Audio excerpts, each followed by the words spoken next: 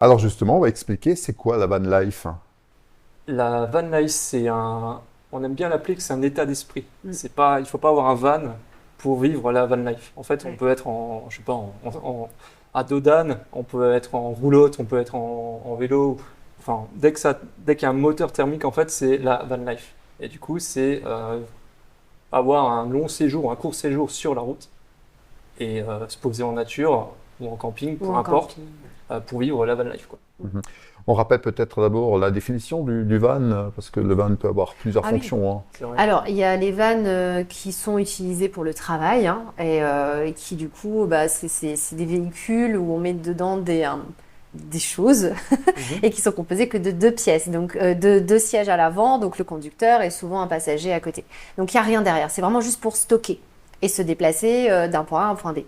Et cette histoire de van life, finalement, elle a débuté aux États-Unis, en Australie, donc dans les pays anglo-saxons, où les gens partaient en voyage avec un matelas dedans, ils partaient un peu les hippies, quoi. C'est, si on veut globaliser et vulgariser. Mm. Et progressivement, on a vu d'autres véhicules sortir du lot et voyager de la même manière. Donc c'est devenu plutôt effectivement un état d'esprit, comme le disait Steve, et pas simplement un véhicule. Parce qu'aujourd'hui, il y en a qui ont des vannes pendant 5 ans, et finalement, ils passent après à des véhicules plus grands, tels que des fourgons, des camping-cars, des bus, des camions, on en connaît qui vivent comme ça.